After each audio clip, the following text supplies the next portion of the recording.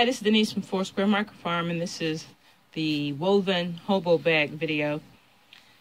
Well, I'm doing a lot more weaving now that I've spun up enough yarn to get going. And I really wanted something to do quickly, because I like those little quick fix projects that I can do on the sample at loom while I've got something bigger on the foreshaft. And I'm kind of tired of scarves and stuff like that. So I've really started to get into the Sewing for Weavers. It's a really cool Facebook group called Sewing for Weavers. And I'm working on making items as opposed to just making, well, I should say, I'm spinning to make fabric so that I can make items as opposed to weaving things like scarves and shawls and such. So that's more of my focus now.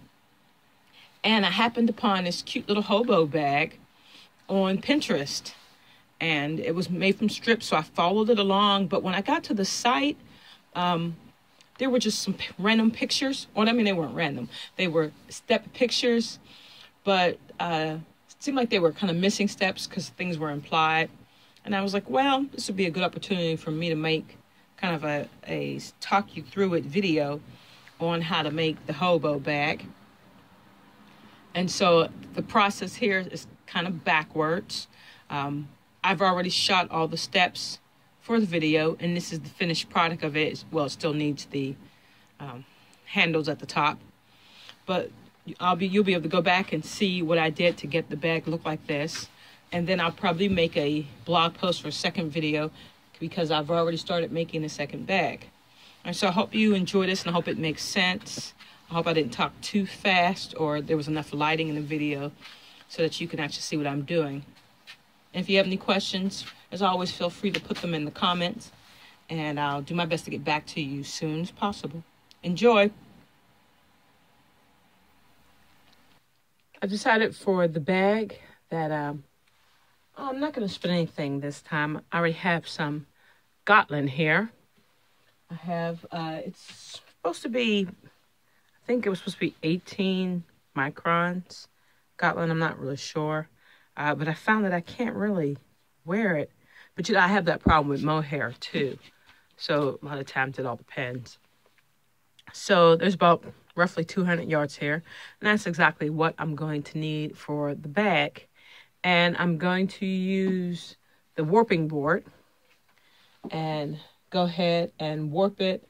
According to my calculations, I needed about 80 inches for the 4 pieces.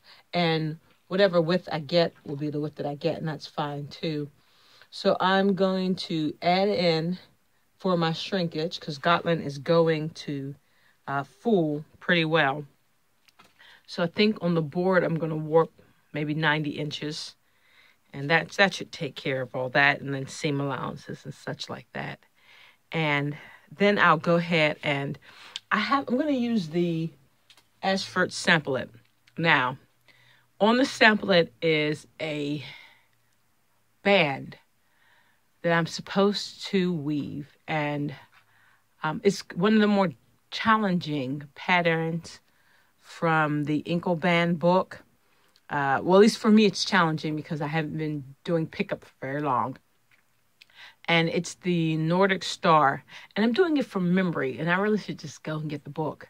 But I kind of looked at it, looked over the book, and I scribbled it down, kind of went off with it. Because, of course, I didn't want to photocopy anything, book from the library and stuff like that. And so I went ahead and scribbled it down. And it seemed like it made good sense to me when I did it. And now all of a sudden I'm like drawing a blank. So I'm going to go ahead and wind that off, because I can always use the little makeshift rigid heddle that I made out of heddles from the foreshaft loom to put that back up. So I'll warp that later. But I'm going to go ahead and wind off the warp for this, and then get the loom all warped up. And really from there, it's just all plain weave. So I could pretty much have this warped up. If I warp it, go ahead and do it now, warp it up tonight, and have it done by tomorrow evening. And then I'll be ready to show you how to put the bag together. So most of the bag is going to be the assembly. The warping is going to be the fairly easy part. And you know what? If it turns out that I like the way this bag turned out, because I've been making bags recently, and I don't really use purses or bags, but I've just been kind of making them because it gives me something else to do besides scarves for the moment, for the small projects on the sample that.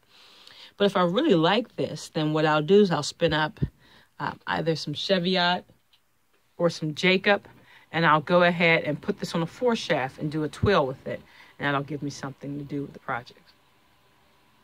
All right, see you in the next segment. Okay, so very seldom do I ever just do one thing all the way through and complete it till the end in that one setting. And a lot of that is because, well, it does get repetitive sometimes and boring. It's actually pretty easy to spin on hours like that because you get kind of in a groove. But the other stuff, especially if you've got patterns you're trying to pay attention to, you can zone out and really mess up on the pattern. So I never really do like something continuously, only that one thing the whole entire time.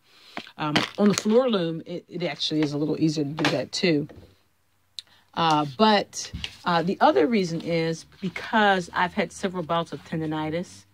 And so I like to try to avoid long periods of repetitive motions so that I don't have a flare up, you know, because it was so bad that I could not turn doorknobs. And I can't afford to be like that. I can't take care of my creatures or really myself if I'm having that kind of problem. So I started the weaving. All this to say I started the weaving. And after a while, I went ahead and knit up some muffatees for a tutorial video. Put a little fan and feather at the top. And these will go to my nieces.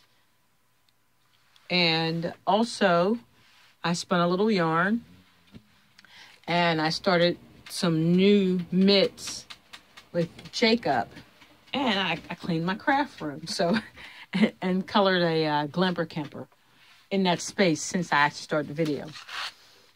So here we are with the sample it, and let me see, it's a little harder for me to zoom in and out because this thing, it kind of sits on a sort of tripod now that's right in front of my face so you can get a view, good view. So can't really zoom out. I'll make the adjustments to it. Maybe that's a little better. Make the adjustments to it. So basically, the rigid heddle looms, for the most part, are just really simple devices. You just raise the shad. Okay, that was a neutral position.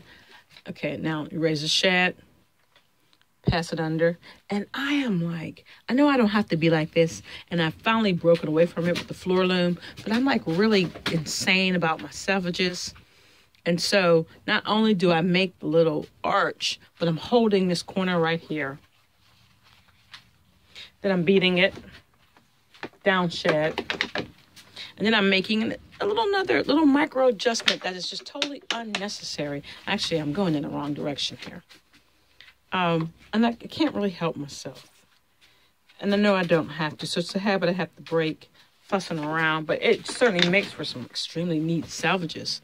And for the life of me, because I was doing the ankle band on this, the narrow band, I did not have the shuttle with the actual loom, and it should be 2 shuttles. I don't really know where they went either. So I had to use the cardboard shuttle, which probably is better too, or else I'd be packing this in like some crazy. Another one of my bad habits. So here we go. Just putting that in. I'm holding my corner. I'm beating it. It's up there. I'm tidying it, you know, pretty much. And I actually do move pretty fast, but I could move a lot faster if my obsessiveness about these salvages didn't really stop that. And this Scotland is really sticky. I need to find my wand. There's a really large, there was a really large shuttle, thick shuttle, that goes with the 20-inch rigid heddle loom, and I'm not really seeing it either between me moving things around and the dogs. Who knows really what that is. But by the time I turn the video back on next time, I probably will have it in my hand. Okay, so basically, there's not much to watch here. This is pretty much the entire motion for the rigid heddle. I could do some pickups, but I'm not really doing any of that. And one of the things that I like about the rigid heddle is that it's just plain weave, and that's all I'm really worried about. If I want something more intricate than the plain weave, I can just go ahead and put it on the foreshaft and then do whatever I like. But so I don't really do pickups or things like that. Not really when it comes to the rigid heddle loom. It's just all about plain weave here. I just want to get this plain weave project done. And that's all I'm really worried about right now.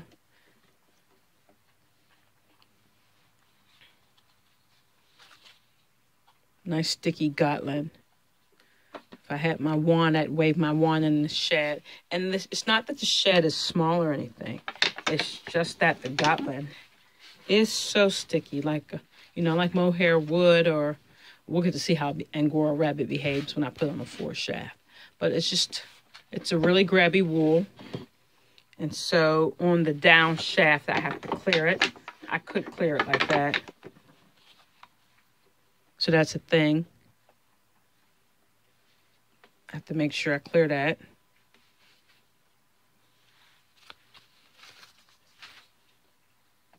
And I'm getting to the end of the shuttle.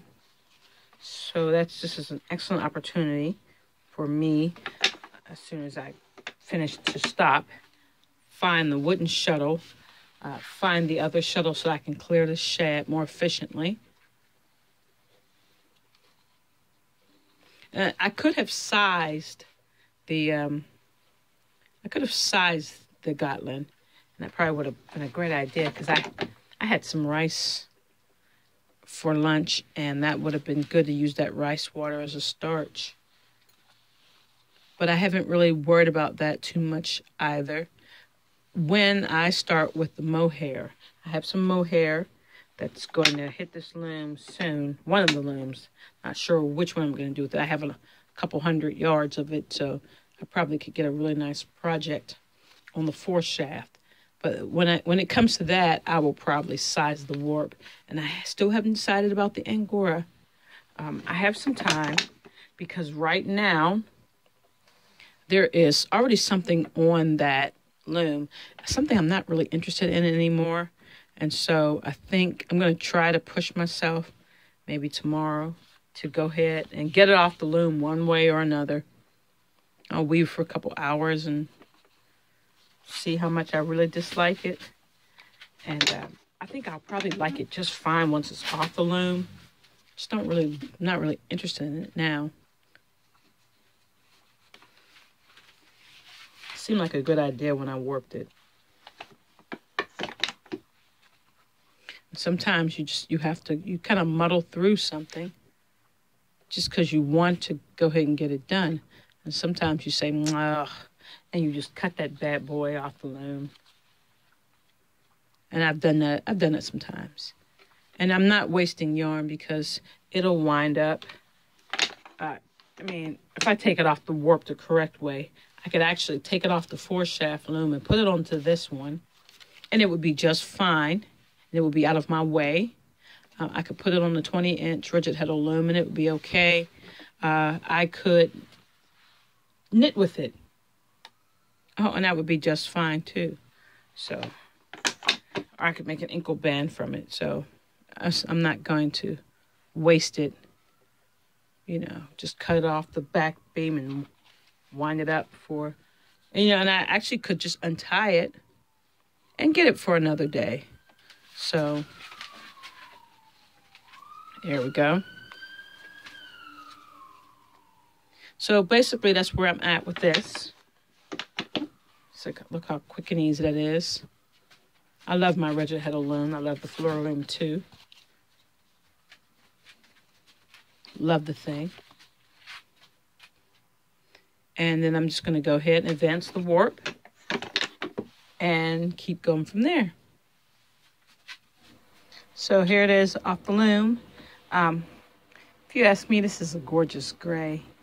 And I really almost hate to cut it up. But I'm going to, because I can't really wear it next to my skin in this case. And I think because of this, I think I'll go ahead and I have some silver gray alpaca. I'll go ahead and make myself a silver gray alpaca scarf, hat, and glove ensemble, because I really love gray. Okay, so now I'm going to take this guy. I'm going to full it and then clip off the ends, which I think I might use to make pom-poms or pulls. We'll see what it looks like afterwards. And then, it'll be fulled, and go ahead and get it ready to cut up. So I had more shrinkage than even I thought I would have with the Gotland.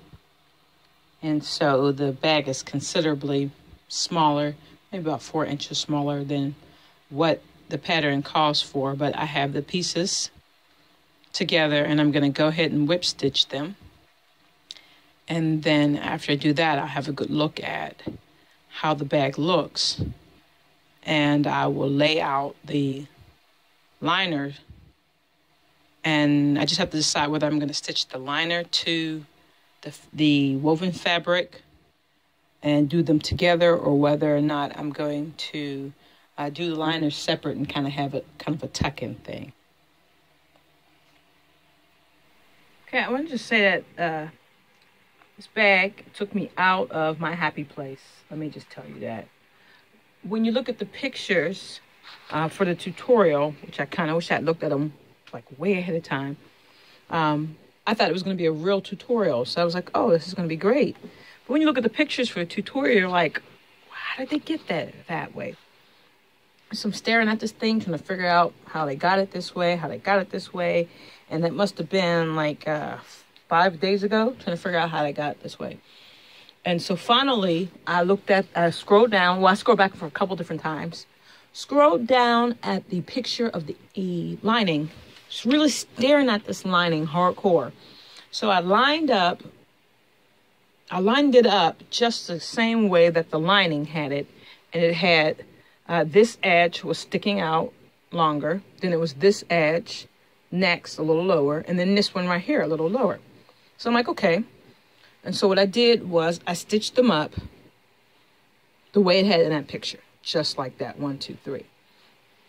And so after I stitched them up, I turned it over and tried to lay it so that these other pieces matched. And finally what came to me is that this back piece here, the piece that you saw, the last shortest piece on the front here, is all the way up. And this piece right here runs across the long side of it and then ends up along the side of it here. Like that makes any sense. I don't know. And then, so again, the longest piece that you saw when the bag was flipped this way, the long piece, folds over, runs along the short piece, and turns. And it turns to touch where that next shorter piece ends across the top of there. And so I was like, okay, now I'll lay it down. When I do the inside, I will show you what that means. Okay, now everything is hand stitched at the moment, and I'm thinking I don't know if I want to run this through my vintage machine right now. It's not completely fulled. I wish it was a little bit tighter. At some point, I'm going to have to do something about that. But it's not completely fulled, so I don't really want it to snag. And then because it's woven, I don't really want it to snag anyway, and I don't have a walking foot for that machine. So here's what I'm going to do. Because back before they had sewing machines, all the stuff was done by hand. And, I mean, sewing was my first craft, so I've been hand sewing since I was like 8. So here's what I'm going to do. I put these pins in. if you notice, as I was turning, I have all these pins in. And it's because I've got dogs in the room. I'm watching videos. I'm doing kind of like insane things while I'm crafting. So I want to make sure that I go across every hem here. And there's a couple different places where everything meets. So what I did was I stuck a pin in every one so that I would not miss it and go, oh, did I sew that one? Especially since it's black thread. So I'm going to go ahead and stitch, reinforce all of these right here. And then I will cut out the lining. And then I'll try to show you how the bag was paired up to be the way it's supposed to be. Okay, so here I am as promised. And I got the lining right here. And it's laid out the way it is on the screen. With the right sides facing up, which it didn't make any sense to me when I was looking at it. And you know what? The interesting thing is, it's not like I have a problem following directions from pictures. Generally, from pictures and written stuff, I can figure it out, but I don't know what it was about this one. It just didn't make any sense to me how it lay. So I scrolled down on the page, and it showed me the inside of the lining. And the inside of the lining was turned with the right side facing out, as opposed to the outside that was turned with the right sides facing in. And that didn't make any sense. So I looked at the picture, and this is what I saw. Okay. So we have one side.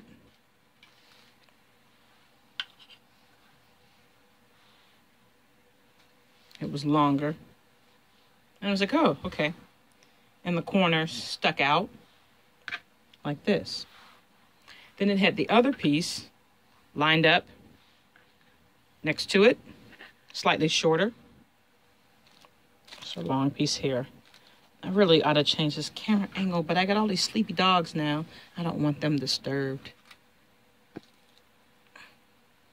Then it had, so this corner sticking out. And then it had the third one, and it was slightly shorter, laid out like this. 1, 2, 3. And let me just really, oh, you can see it. Yes. Okay, so one slightly longer, then the next one, then the next one. And I was like, okay. So I turned the right sides to face each other at those points where I saw that and pinned it. The corner joins right here, and I just turn it.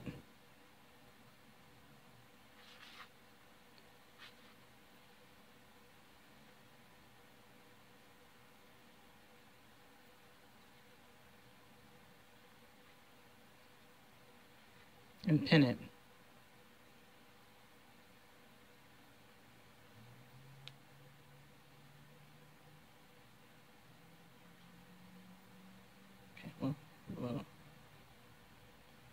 Okay, follow it up. Put a second pin here.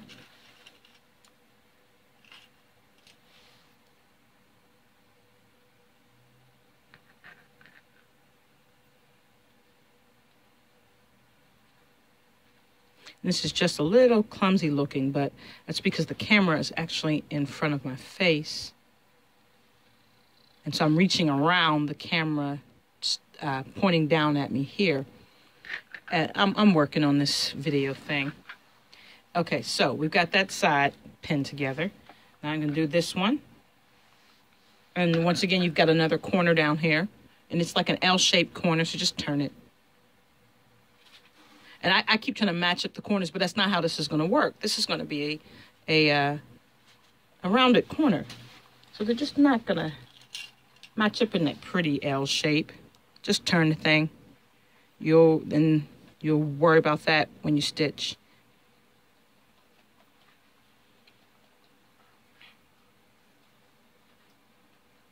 Okay.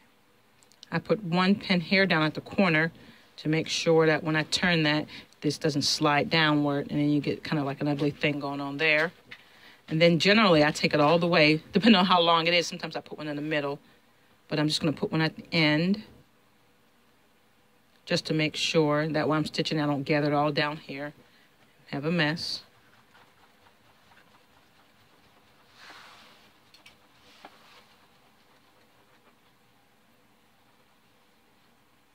And actually this is pretty forgiving shape of the bag. So what I have is this.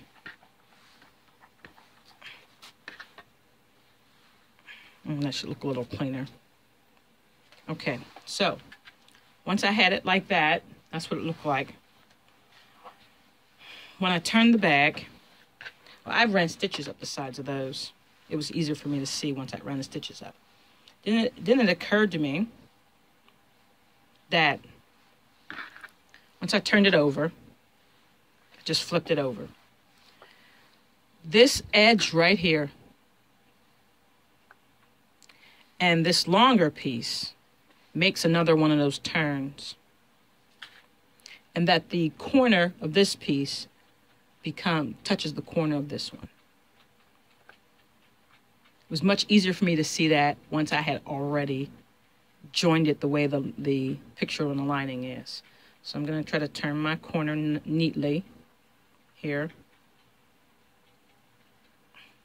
Okay, run this up here, and they meet here. And then that's when I had the ding moment, ding. And I was like, oh, now I see how I put this together.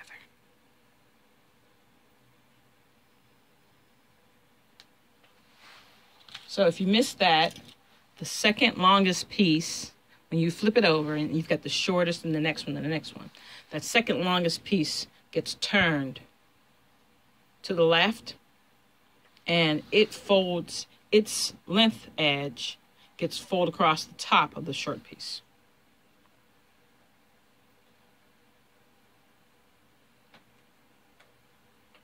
It reminds me of when I was teaching how the kids would have those questions where they'd have a block and they would ask you they give you a block and it's like a shape like this, and then they tell you which is the next rotation of the piece. So you'd have to like look at it and decide if it rotates clockwise, it's going to look like this. If it rotates like to the left, it's going to look like this. If it rotates to the right, so you have to draw the next rotation. And it's pretty much what just happened here.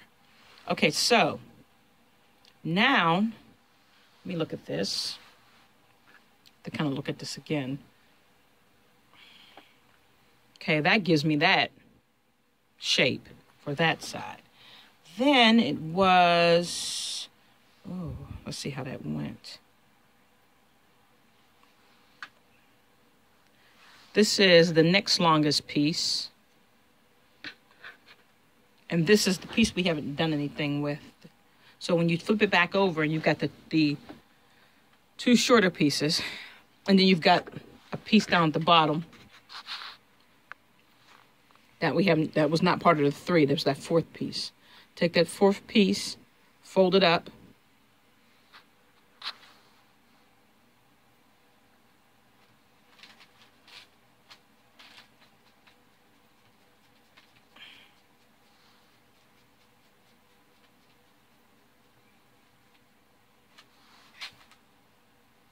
turn that corner like this.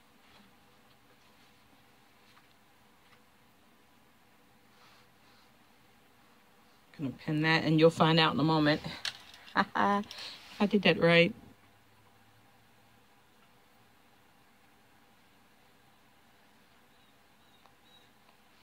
Okay, I'm gonna pin the edge, or the end, I should say.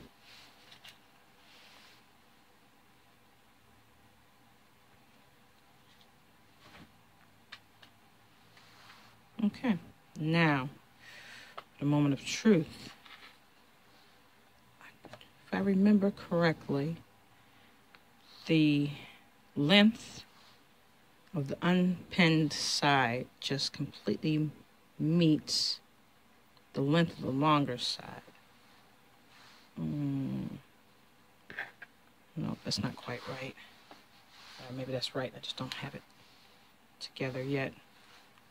Okay, we've got that. We've got that. No, that's right.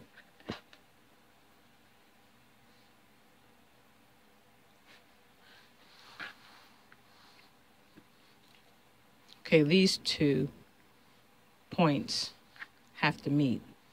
Ooh, this is going to be fun. Let me go ahead and put an extra pin in this one because it's kind of floppy and it's getting on my nerves. Okay, so this piece runs up alongside this one. You know what would have been neat, maybe I'll try it later, is to mark the pieces A, B, C, and D, like you would on a pattern. And I could have told you side A, side B, side C, side D, because it keeps flipping around. So you flip it around, you kind of lose track of where you are in it. Okay, so we're meeting the short side and the long side, and that's where that one ends. And then what I'm going to do is turn the longer one to go across the length of the top of the short one. Okay, so we got the longer piece left over, and it turns, and it's going to meet this piece.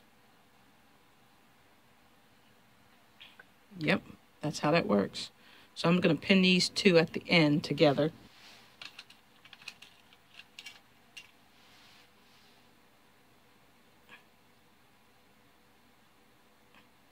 Okay. Then I'm going to come backwards because I have to turn these little odd rounded corners. So I always want to make sure that the biggest thing I want to make sure of, sorry about that, is that when I turn the corner, that this piece right here does not drop below the turn. I want them to be edge to edge throughout the entire turn. So, and I don't want that one to be bigger, so I'm going to push that in so that they're nice and clean as I turn these corners.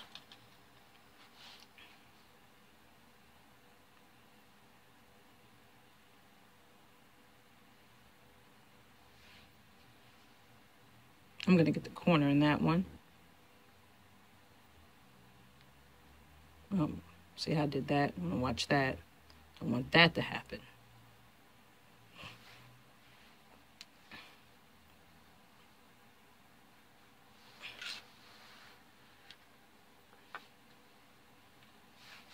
Sometimes holding them up in the air is not conducive to good pinning.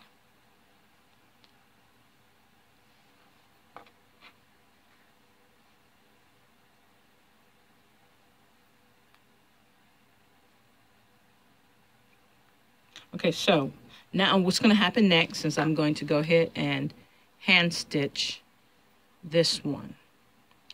Then I'm going to turn both bags inside out, and I'm going to leave a little hole somewhere. The picture shows a pocket. I didn't put a pocket in.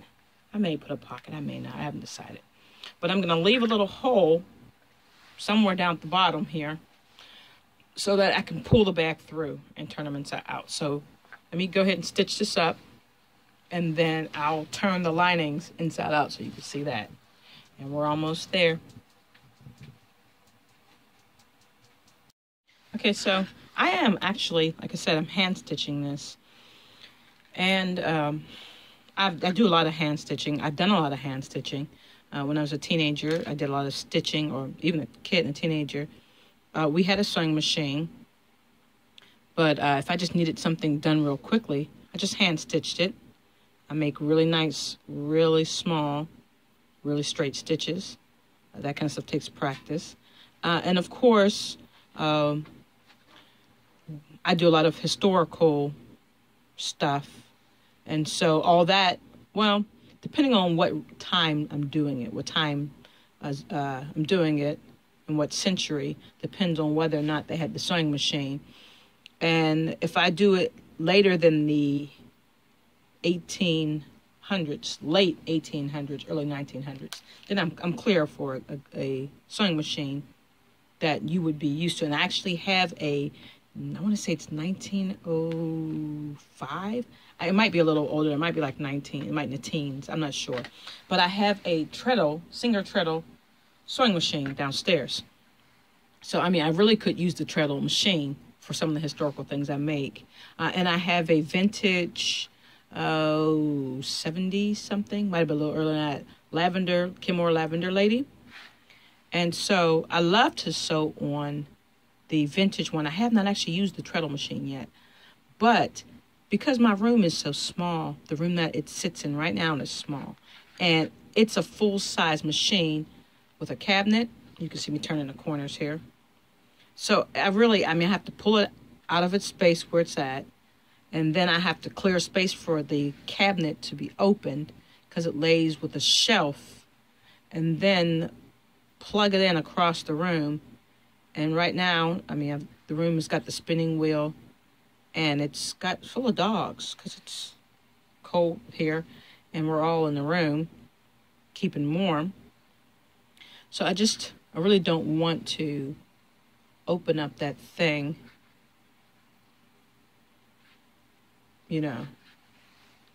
Now, because I know sometimes people are like, well, hand sewing is not as good as machine sewing. But, everything was hand sewn for centuries. So,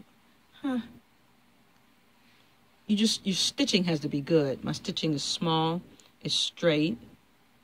And, I could stitch even smaller than this if I needed to. And I'm using a really nice all-purpose sewing thread. Trying to get that to... There we go. Got to get it right to the point where you zoom in nicely. Okay. And it's black because the bag was gray. And then after I do some really small running stitches, when I did the bag, because it's woven and I haven't completely folded, I did a whip stitch and then some slip stitches. So to just a nice running stitch. I don't want to bore you to death, but I just wanted you to see that I actually am hand stitching this. And then I can feel that when I turned the corner, I was talking to you, and I got a bit of a bubble, which I didn't want. But because this is not the outer shell, I'm not going to worry myself too much about it. If this was the outside, I would take it apart and fix it. It's just a little bubble right here. That should not bubble like that. It's really hard to talk. I know a lot of crafters do voiceovers. I guess I could do a voiceover. But I think if I had to come back and do a voiceover or over a video, I probably would not get back to it. There's like a billion things to do. So I have to kind of do this while it's on my mind. Because sometimes I'll make these videos and they will sit. Then it occurs to me, oops, there's like a video, half a video somewhere. Like the gloves, I finished the gloves and put them in the mail. And now I'm like, oh, sorry, you guys, I never finished the video. So, all right, so when I get to the end, because I know that I'm going to open that end up to go onto the bag, I'm not going to stitch all the way to the end. Left a little something that's going to go for the seam of the bag. For the line, because it's, the lining, sorry about that. And then I'm just going to turn it and go right back down until my thread runs out. So then it's double stitched. Just want to make sure. Okay, because this is pretty much strong enough as it is. But just want to make sure, like if I have a gap, I need to cut that out. Occasionally there'll be a little gap. If you can look at this now at the moment, there's a little small gap up here. But that's pretty. It's pretty tight. There's a little bit of a sidebar. And you know how much I dislike people who just ramble in their videos. But there's a little bit of a sidebar. When I was in college, I went, we have these formals for my sorority, Chi Omega, and I could not find anything to wear. And I must have went all over the place looking for something to wear. So instead, I stopped at Joann Fabrics, and I got some fabric and cut myself out the shape of one of those Chinese dresses. And if you know anything about them, they're generally really form-fitting dress. So I cut the shape out, and actually, I didn't have a machine at then, so I hand-stitched it. And then in order to get myself in it, I stitched myself into the dress. So that at the end of the formal, the sisters had to come and cut the seams for me so that I could get out of the dress.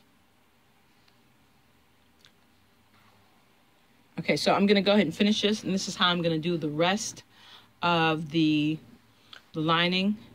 And I'm going to pull the pins out, and then it's time to do the bag. Or should I put the bag together?